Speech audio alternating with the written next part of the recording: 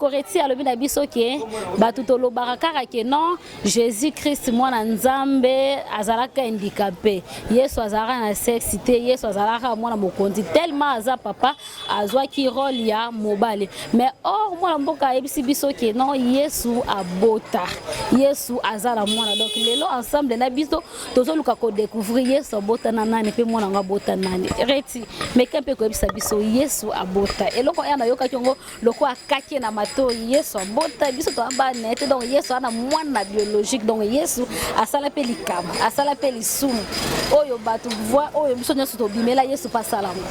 Et déjà pour dire Jésus asala lisumu te. Il ne faut pas confondre les rapports sexuels et les péchés. Les péchés, c'est quand tu transgresses la loi de Dieu. Mais les rapports sexuels, c'est un acte normal. Et ça, acte bisoba humain, c'est possible de tout s'accoupler. Bible lobby, lorsque Dieu a créé le monde, Dieu a créé l'homme à son image et à sa ressemblance. Il les crée tous deux, l'homme et la femme, et Dieu les bénit. Il dit, multipliez-vous, soyez féconds, remplissez la terre et la sujettissez. Donc, en d'autres termes, la Bible donne à l'homme la possibilité de procréer. Et en d'autres termes, Bible, Nzambe yemoko apesa déjà mutu possibilité ya kosala rapport sexuel déjà depuis création.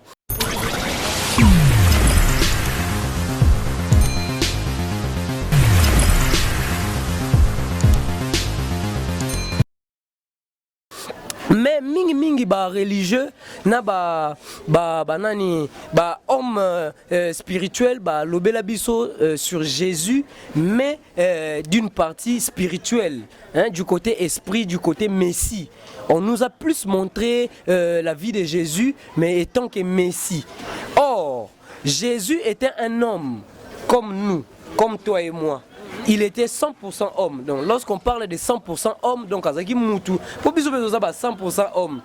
100% homme, 100%. Oui, je ne parle pas de Dieu. Aujourd'hui, je parle de Jésus homme.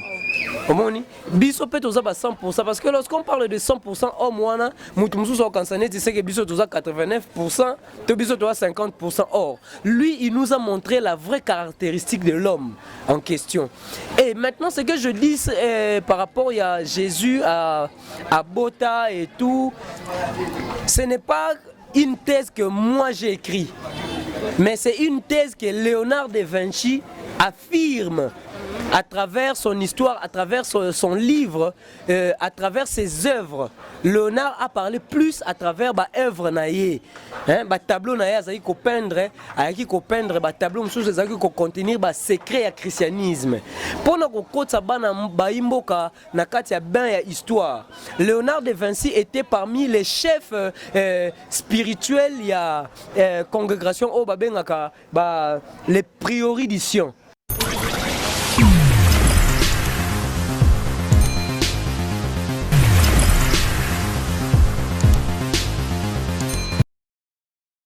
Merci la bino, merci la fidélité. Ndenge bo mesana toujours kozala connecté, ndenge bo mesana toujours ko s'abonner na chaîne na biso Washington Télévision. Ndene sara bino toujours nazala wana pour nous la bino ba information. Donc pina na kata Washington bozala de suite avec Ave Maria, bozala jamais décipé boko tikala kozala de boko tikala kozala de suite parce que nazala toujours wana pour na kokenda ko kundola bino lelo nazanga mokote na plateau lelo nazali bongo na mwana mboka reti avec ye tokobeta makambo ya matro sur la spiritualité. Donc on a un sujet ici au toko débattre toko lobela penza mingi elongo na mwana mboka reti. Bonjour et bienvenue dans Washington Télévision. Bonjour maman Ave, et je dis un grand bonjour à tous ces téléspectateurs, chers internautes plutôt, au bazolanda biso na Washington Télévision, et je dis un grand merci à celui qui est derrière la caméra, Mazo na pesio mbote. Nazo mobala omwindo donc Washington Télévision eza fusion ya Washington na Kinshasa nde epesa biso Washington donc très cher internaute basé belé partout dans le monde entier pour mesana kolanda bino alors lelo lisolo moto zo betara na mwana mboka ndekoretu eza boy ndekoretu alobi na biso ke batuto barakara ke non Jésus Christ mwana nzambe azalaka handicapé Yesu azalaka na sexité Yesu azalaka mwana mokonzi tellement aza papa azwa ki rôle ya mobile mais or mwana mboka ebisi biso ke non Yesu abota Yesu azala mwana donc lelo ensemble na biso tozoluka ko découvrir Yesu abota na nani pe mwana ngabota nani reti mais kempe ko ebisa biso Yesu abota eloko ya na yoka kyongo loko akake na mato Yesu abota biso to amba net donc Yesu ana mwana biologique donc Yesu asala pe likama asala pe lisumu oyo batu voix oyo biso nyoso to bimela Yesu pasala. Et déjà pour dire Jésus a salé le soumouté. Il faut pas confondre les rapports sexuels et les péchés. Les péchés, c'est quand tu transgresses la loi de Dieu. Mais les rapports sexuels, c'est un acte normal. Et ça acte bisoba humain. C'est possible de tout s'accoupler. Nzamba salango bon Bible lobby lorsque Dieu a créé le monde, Dieu a créé l'homme à son image et à sa ressemblance, il les crée tous deux, l'homme et la femme et Dieu les bénit. Il dit multipliez-vous, soyez féconds, remplissez la terre et la sujettissez. Donc en d'autres termes, la Bible donne à l'homme la possibilité de procréer. Et en d'autres termes, Bible, Nzambe yemo ko pesa déjà mutu possibilité ya ko sala rapport sexuel déjà depuis création. Mais mingi ba religieux na ba nani ba homme spirituel ba lobela biso sur Jésus mais d'une partie spirituelle, hein, du côté esprit, du côté Messie. On nous a plus montré la vie de Jésus mais étant que Messie. Or Jésus était un homme comme nous, comme toi et moi. Il était 100% homme. Donc lorsqu'on parle de 100% homme, donc Azaki Moutou, pour biso 100% homme. 100% homme, 100%. Oui, je parle pas de Dieu. Aujourd'hui, je parle de Jésus homme. Biso peut aux 100% parce que lorsqu'on parle de 100% homme wana mutumsu so kansane tu sais que biso toza 89% to biso toza 50%. Or lui il nous a montré la vraie caractéristique de l'homme en question. Et maintenant ce que je dis par rapport à Jésus à Bota et tout, ce n'est pas une thèse que moi j'ai écrite, mais c'est une thèse que Léonard de Vinci affirme à travers son histoire, à travers son livre, à travers ses œuvres. Léonard a parlé plus à travers ba œuvre naïe, hein, ba tableau naïe azaki ko peindre, ayaki ko peindre ba tableau msusu azaki ko contenir ba secret ya christianisme. Pona ko kotsa bana ba imboka na kati ya ben ya histoire. Léonard de Vinci était parmi les chefs spirituels ya congrégation au babengaka ba les priories du Sion. Les priories du Sion ezalaki batu o bazaki ko détenir ba récit oyo ba templier à l'époque. Ba templier à l'époque ba yibaka na temple ya Salomon. Pour ba templier ba salaka moment ebele na kati ya temple ya Salomon nde bakenda ko découvrir ouvrage oyo ezaki ko lobela Jésus étant que homme. Étant que homme, selon l'histoire au Léonard de Vinci à Bétélibiso, à Lobina Bisso, en réalité l'église ne devait pas rester, l'église ne devait pas être conduite par l'apôtre Pierre. N'est Bible que tu es une pierre par toi que je bâtirai mon église et tout. Mais l'église parlait, l'église devait être conduite par une femme. Et c'était même, selon Léonard de Vinci, c'était même la raison pour laquelle Bazouaki cérémonie où il y a le repas du Seigneur. La table du Seigneur, quand on a l'église catholique, au monde, photo mo bachaka yeso afandi na bayeko liazolia. Et c'était ezaki ba masolo où il fallait qu'on bombe certaines vérités par rapport à l'origine à Jésus et puis notre descendance naïe. Et Léonard de Vinci affirme Dan Brown à 8 ans comme Roma wana azo affirmé biso que Jésus était amant avec Marie de Magdala. l'image est naïbi que topé sango mazoa a ochela bango moi une partie pour ba mona que makambo to lo ba eza tiré d'un livre inspiré de Léonard de Vinci. Léonard de Vinci dit que Marie de Magdala était la compagne du Christ. Dans les épîtres aux Philippes, la Bible a connu certaines modifications. Il y a certaines choses qu'on a enlevées dans la Bible. Pourquoi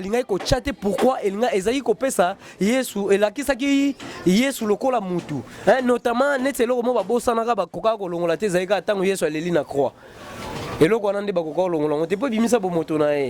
Père, pourquoi m'as-tu abandonné? Là, c'était maintenant le Jésus là. C'était plus le Christ. Parce qu'en ce net moment-là, le Christ, c'est le roi qui déjà. Amati déjà, et Tigalega Gaposo, Yesu, fallait à Katamolimo. Mais on a quand même bâti la Ibiso, mais il y a beaucoup de vérités. Oyo, et Zalagi na kata Bible, mais bimisa ngote, notamment la vérité Oyo. Léonard de Vinci dit ceci.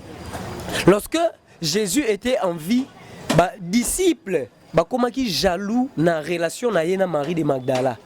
Ce qui totangi na Bible na récit ngo batebele ba ebiango tangu Marie de Magdala ko se présenter devant Jésus.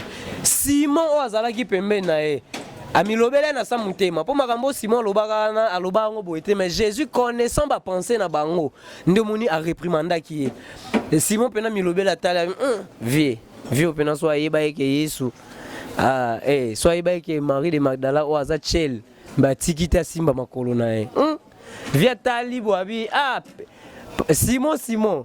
Naenda kuno pesingata maite na sokola makolo. Mais moi si oyo zo benga Chel, a sokolinga makolo na ma misu na e. Asuki wana te, a pandi parfum o eza ya cher.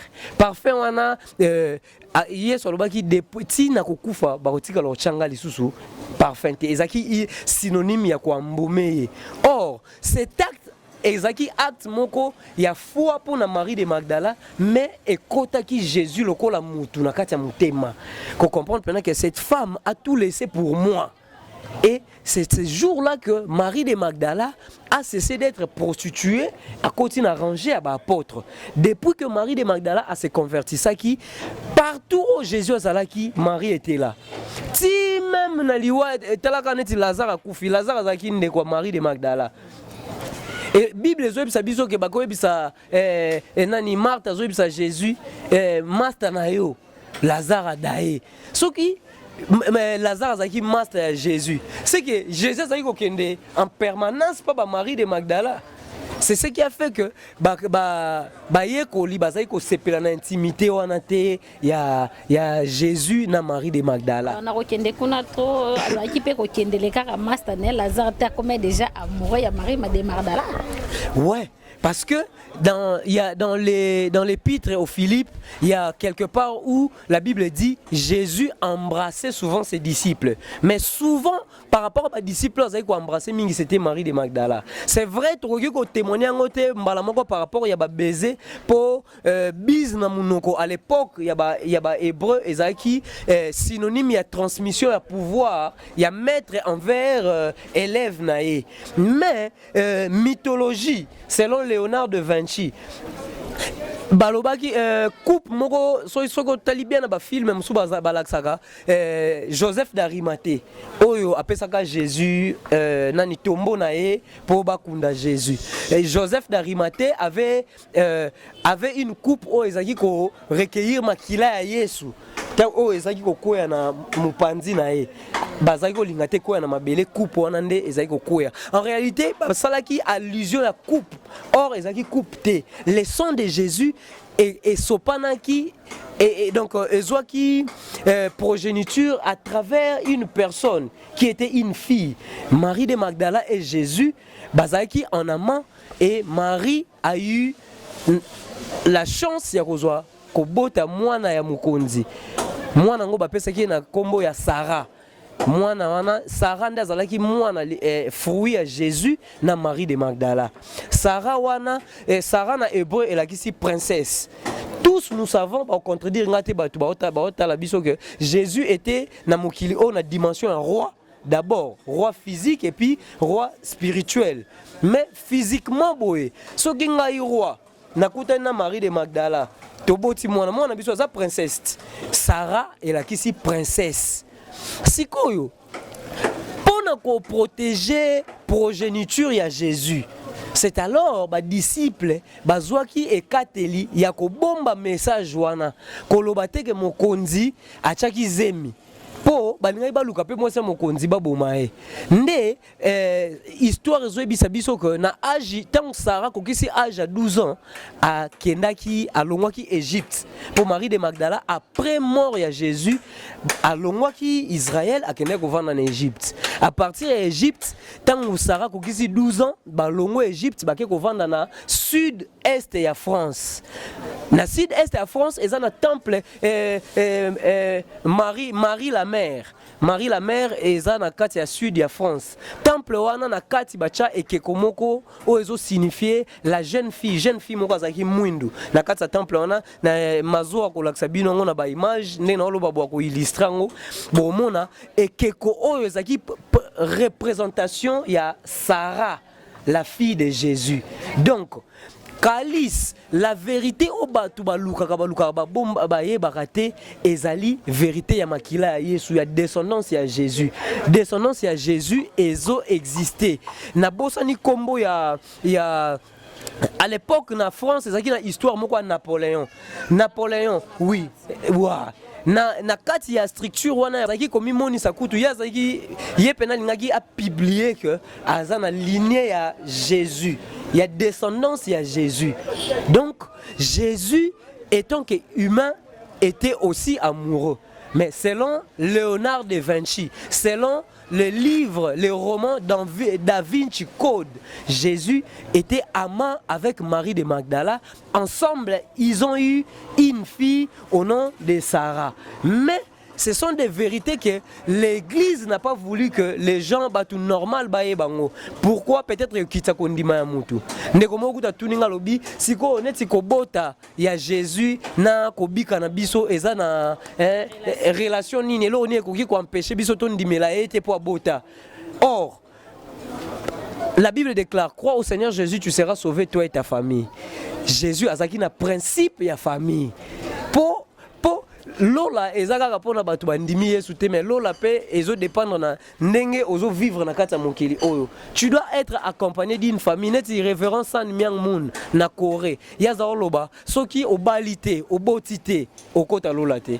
Donc Dieu attend que une famille ne ezala élevée. C'est ça na base wana nde toloba ke Jésus abotaka selon Léonard de Vinci et zanaba sokotali même si nani ya la Joconde.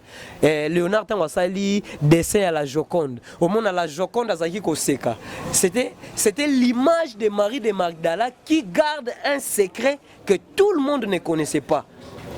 Makambo toloba o bato belé balinga te toloba ngo po eza ba vérité o eza caché et même ba templier nde bakotaka ba templier mutu ba yiba ba document oyo ezola kisa que Jésus Marie de Magdala zaki na zemi ya Yesu et puis abota mwana nde ba templier wana tang ba yibi yango bakendai ko pesa document wana et pas bato batinaki bango zaki bato a cercle ya prioridition siko ba document wana ezaki légué na chef spirituel nyonso wazaki ko diriger organisation wana ya prioridition sikoyo na époque ya Léonard de Vinci vu kazaki chef spirituel ya prioridition ba document na pe comment na maboko na e siko vu que c'était un homme de secret il ne voulait pas aussi divulguer cela il a enfoui cela na kati ya tableau na e atiango na kati ya tableau notamment na kati ya dessin wana ya la table du Seigneur nde azwa ba secret wana abomba kuna na kati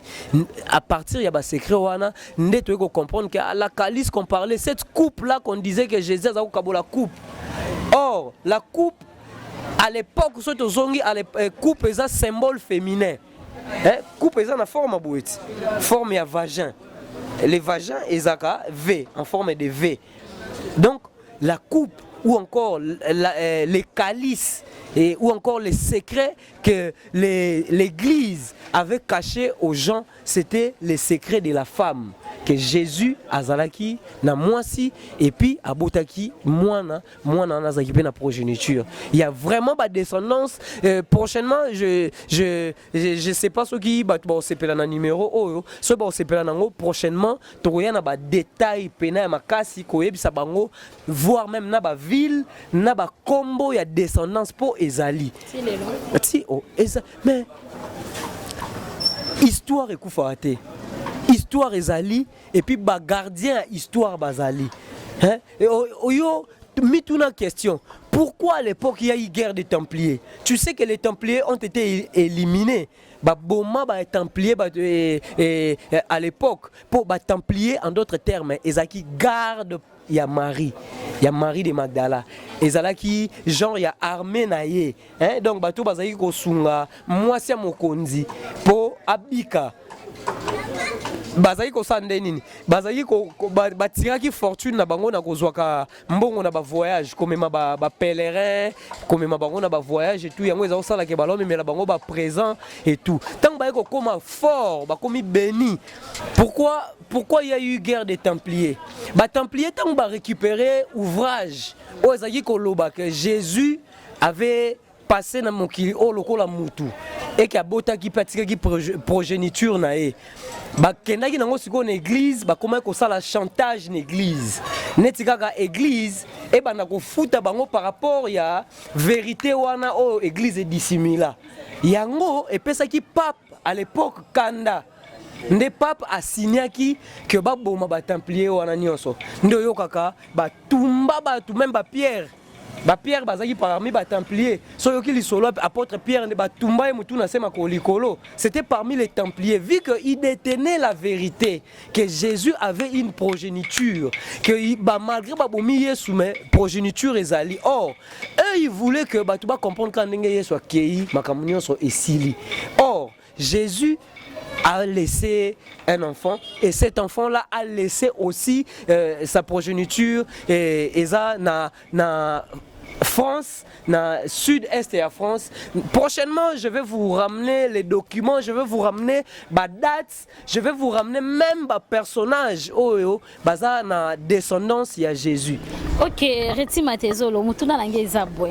À l'époque, moi si koko mana zemi, bazala qui trop strict par rapport à lelo. Lelo toko mona moi si zemi, et le bela batelo te, batuni mobile wapi baye ba mobile te osa responsable. Maintenant à l'époque à Jésus, muto azo tambole longo na Yesu. Et Marie de Magdala akomaki na Jésus. La question que je me pose, akomaki na zema Jésus, est-ce que bapôtre bazala qui pemeni batuna kite Marie de Magdala baye ba source ya zemi wana Jésus-Christ makambongo erosa mandeni parce que surtout qui na partie na Bible na kayebisa biso Jésus azaki tout le temps na prière azaki tout le temps na enseignement mais non yebisa biso un peu comment et salama qui peut Marie de Magdala azalaki traité comment et pas ya bapôtre. Déjà les apôtres n'aimaient pas cette intimité. Ils avaient peur que Mutuna Bango a succombé. N'a pas su au verset biblique où Ezagi, tant Jésus Nani Marie de Magdala s'est présenté devant Jésus, tous étaient mécontents. Mais tant que évolué, les apôtres ça nuisait un peu. Mais aux anachoité, leader alini momineyo boya. Et puis la Bible a été sélectionnée. Cette Bible que nous lisons n'a pas été écrite par Dieu. C'est les hommes qui ont été inspirés. Et par rapport à l'inspiration, ils ont sélectionné les passages. Pardon, la Bible est comme mais dès Timothée 3,16 balobi toute écriture, l'écriture nous allait inspirer par Nzambe. Donc batouana ba comme Bible bazala inspiré. Mais olobi ka eloko nga lobi. Na lobi Nzambe te muta koma ki yango. Mais batunde ba comment l'inspiration. Ça a été inspiré, c'est ce que j'ai dit non? On dit la même chose. Mais inspiration est comme qui sous tamisé.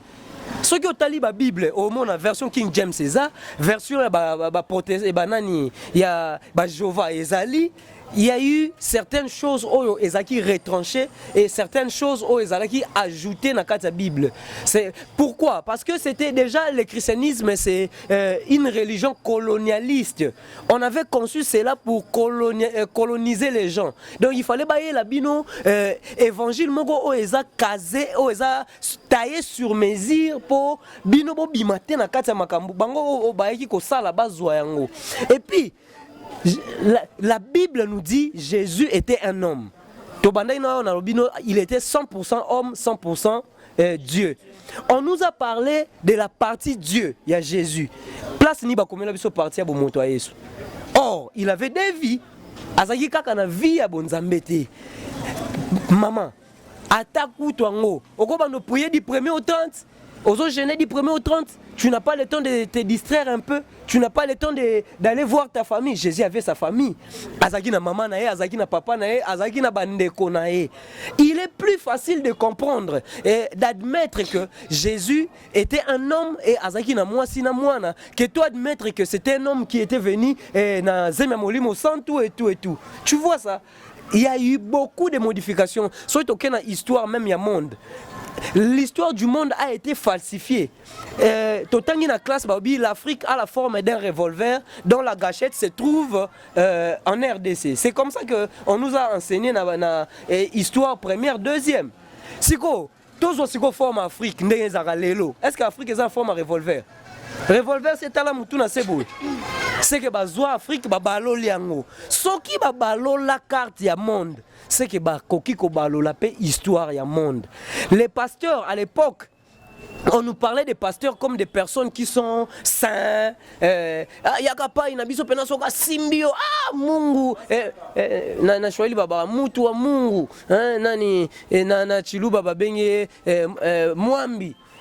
Mwambi na biso pena donc soko yo moni pasteur pena donc mais lelo to comment ba pasteur a escroc au moins pasteur a sali prison pour nini a détourner écoutez tout le bako détourner ça en français pena bien ayibi mbongo hein ba pasteur a impudique au moins on a 4 églises boye père yemo wana 4 momi petit wana chaka offrande $1000 wana wa chaka ya 500 wana ya 400 wana ya kanga ba petit wana tout et puis bango mo pe ba yebi pena ke biso tout pasteur mutadama biso mais nguya pe kiti na ngote comme pour dire quoi kozala bomoto ya Jésus et kokai kolongola bonzambo ezaki na kati na été donc ezali sumute soki lelo o ba yimboka ba comprendre réalité hein? Et j'aimerais lancer ces messages à tous ces hommes de Dieu, à tous ces clergés ba tunyo so bazo tala ba institution ya nani ba institution o eza religieux batika ko tromper biso baebisa biso vérité